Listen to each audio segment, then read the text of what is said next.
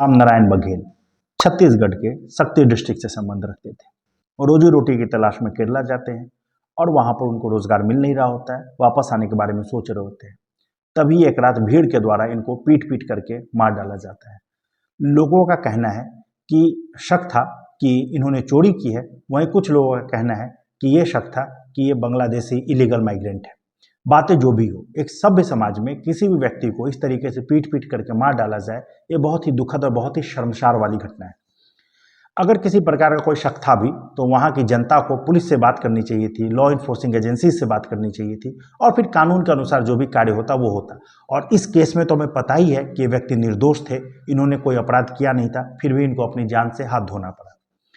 और ये घटना घटी केरला में, जो कि एक पढ़ा लिखा राज्य है, एक भारत का सबसे पढ़ा लिखा राज्य होने का दम्भ भरता है, फिर भी ये घटना वहाँ घटी। तो ये दिखाता है कि पढ़ा लिखा होना, साक्षर होना, शिक्षित होने की गारंटी नहीं है।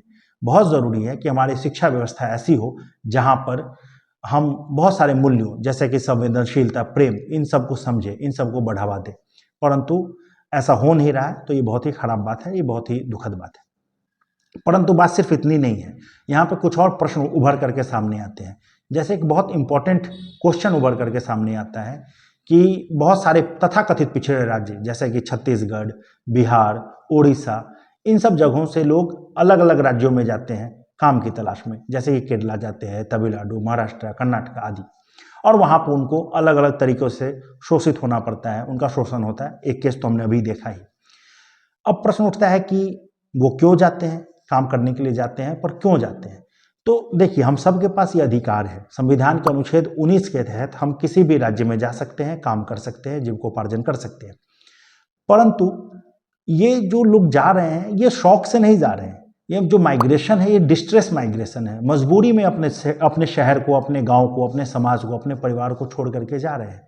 ये बहुत अच्छे अपॉर्चुनिटीज़ की तलाश में नहीं जा रहे हैं, बल्कि 2 जून की रोटी मिल जाए इसके चक्कर में इनको जाना पड़ता है, क्योंकि इनको अपने राज्यों में न शिक्षा मिलता है, न रोजगार मिलता है, न कोई संसाधन मिलता है। तो फिर ये क्या करें? ऐसे में एक ऐसे जीवन को चुनना पड़ता है जो नर्क से भी बदतर है। सड़कों के किनारे रहना पड़ता है, किसी तरीके से कुछ भी खा करके 2-4 पैसे कमाने के लिए अपने आत्मसम्मान के साथ, अपने पूरे भावनाओं के साथ खिलवाड़ करना पड़ता है और फिर इसके बाद 2 पैसे कमा करके अपना और अपने परिवार का जीविकोपार्जन करने की कोशिश करते हैं। अब यहाँ पे एक और प्रश्न उठता है कि ऐसा क्यों होता है? तो देखिए, बहुत सारी गवर्नमेंट की ऐसी पॉलिसीज रही है जिन्होंने इन राज्यों को पिछड़ा रखा है। जैसे कि 1950s में एक पॉलिसी आया, फ्राइट इक्वलाइजेशन सिस्टम। इस सिस्टम के तहत ऐसा था कि कोई भी व्यक्ति कहीं भी अगर इंडस्ट्री लगाता है और रॉ मटेरियल लेकर के जाता है, तो जो भी ट्रांसपोर्टेशन कॉस्ट होगा, इंडस्ट्री कहीं भी हो, उसको बराबर पैसे ही देने पड़ेंगे। अब मान लीजिए कि एक व्यक्ति उड़ीसा में जाकर के एक इंडस्ट्री लगाता है और दूसरा व्यक्ति वही इंडस्ट्री किसी और राज्य में लगाता है, मान लीजिए गुजरात में, तो दोनों ही व्यक्ति को सेम पैसे देने पड़ेंगे। ऐसे में जो व्यक्ति गुजरात में लगा रहा है, वो चाहे उसके लिए तो बहुत ईजी हो गया, क्योंकि उसके पास बंदरगाह भी आ गया, उसके पास मान लीजिए अगर वो गुजरात के ही आसपास का रहने वाला है तो अपने समाज में, अपनी संस्कृति में रह भी रहा है और उसको सारे मुनाफे भी हो रहे हैं। वहीं एक व्यक्ति जो मान लीजिए छत्तीसगढ़ में जाकर के लगा रहा है या झारखंड में जाकर के लगा रहा है, तो उसको कंपीट करना पड़ेगा उस व्यक्ति के साथ जो गुजरात में लगा रहा है। रॉ मटेरियल झारखंड का, रॉ मटेरियल उड़ीसा का, रॉ मटेरियल छत्तीसगढ़ का, लेकिन काम कहाँ हो रहा है? काम हो रहा है तमिलनाडु में, केरला में, कर्नाटका में, गुजरात में या कहीं पर भी। जनता भी वहीं से जाकर के काम कर रही है।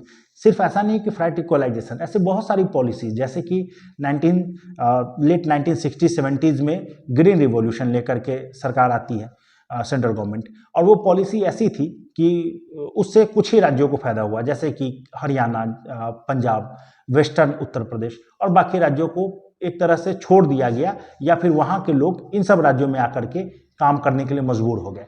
तो हमें पॉलिसीज़ पे काम करने की बहुत ज़्यादा ज़रूरत है। एक बहुत फेमस सोशियोलॉजिस्ट हैं जिनका नाम है वाल्टर फर्नांडीज। तो वाल्टर फर्नांडीज ने एक बात कही थी इंटरनल कॉलोनाइजेशन का। अब ये इंटरनल कॉलोनाइजेशन क्या है? हालांकि उनका संदर्भ था कि जहाँ पर बहुत सारे आदिवासियों को, लोगों को अपने जगह को छोड़ना पड़ता है मजबूरी में, और जैसे कि डेवलपमेंट के नाम पे जब उनको वहाँ से विस्थापित कर दिया जाता है, तो उन्होंने इस सारे चीज़ों को एक शब्द में कहा, इंटरनल कॉलोनाइजेशन। आज ऐसा प्रतीत होता है कि भारत में इंटरनल कॉलोनाइजेशन हो रहा है। ये सारे राज्य जो तथाकथित पिछड़े राज्य हैं, इनको एक तरीके से बाकी राज्यों की उन्नति के लिए कॉलोनाइज करके रखा गया है।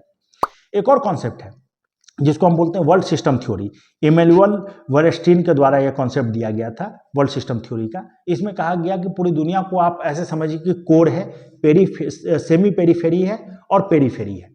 तो जो कोर है, जैसे कि मान लीजिए अमेरिका है, यूरोप है, यहाँ पे टेक्नोलॉजी है, और सेमी पेरी ये क्या करते हैं, ये बाकी एरिया का एक्सप्लॉयटेशंस करते हैं, और एक्सप्लॉयटेशन करके ये अपने आप की उन्नति करते हैं।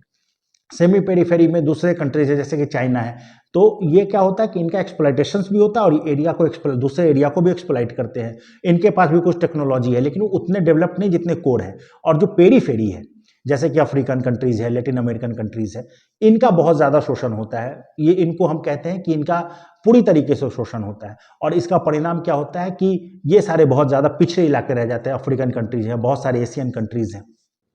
तो अगर वर्ल्ड सिस्टम थ्योरी को इंडियन कॉन्टेक्स्ट में देखा जाए तो ऐसा प्रतीत होता है कि हम अपने देश के भीतर एक वर्ल्ड सिस्टम थ्योरी लगा दिए है, जहां पर कुछ एरिया तो कोर है, जैसे कि मुंबई, जैसे कि दिल्ली, और कुछ एरिया पेरीफेरी बन करके रह गया, जैसे बिहार, झारखंड, छत्तीसगढ़, जहां के लोगों का शोषण हो रहा है। आप यहाँ के लोगों के श्रम को भी ले रहे हैं, यहाँ के लोगों के संसाधनों को भी ले रहे हैं, और यहाँ के लोगों के का ही दोहन कर रहे हैं। इनको ही नीचा दिखाया जाता है, इनको ही बुरा फील कराया जाता है, इनको ही अपनी संस्कृति से, अपने समाज से दूर होना पड़ता है, और बदले में इनको क्या मिलता है? ये सोचने वाला विषय है।